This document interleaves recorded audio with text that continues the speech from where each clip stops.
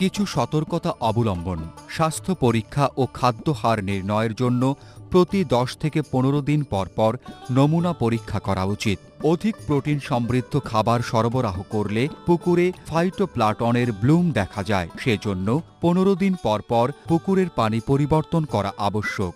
সাধারণত শীতকালে কই মাছে ক্ষত রোগ দেখা যায়।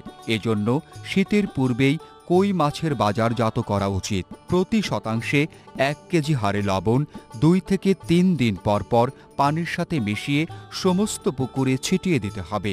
শীতকালে মাছের ঘনত্ব কমিয়ে প্রতি শতাংশে 150 থেকে 200 এর মধ্যে আনতে হবে এবং হররা টানা থেকে বিরত থাকা ভালো। কই মাছকে কোনো অবস্থাতেই বিরক্ত করা যাবে না। সব মাছকে একসাথে জাল টেনে দেখার প্রয়োজন নেই। কই মাছ অধিক ঘনত্বে চাষ করা যায়। এজন্য এ মাছ খাঁচায় চাষের জন্য অধিক উপযোগী।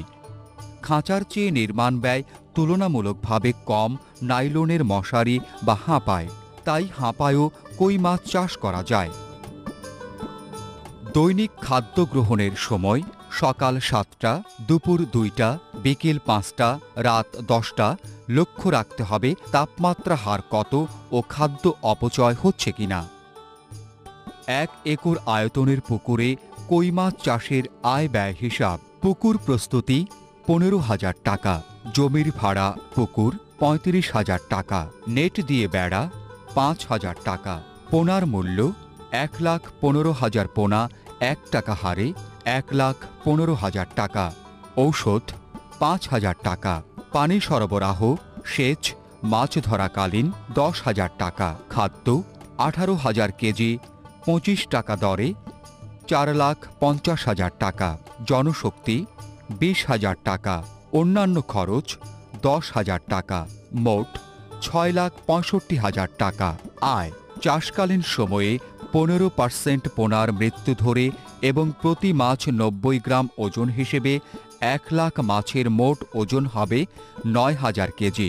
প্রতি কেজি মাছের বাজার মূল্য 140 টাকা দরে 9,000 কেজি মাছের বিক্রয় মূল্য 12,60,000 টাকা। মুনাফা বা লাভ 5,95,000 টাকা।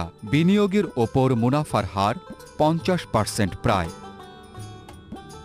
দর্শক মণ্ডলী, আপনারা দেখলেন পুকুরে মাতৃ ও বৃদ্ধি কই মাছ উৎপাদন, হরমোন তৈরি এবং কই মাছে হরমোন প্রয়োগ, মাছ থেকে ডিম সংগ্রহ, ডিম থেকে রেণু ও পোনা উৎপাদন, পরিকল্পিত খামার, মাছের উন্নত খাবার ও পরিচর্যা।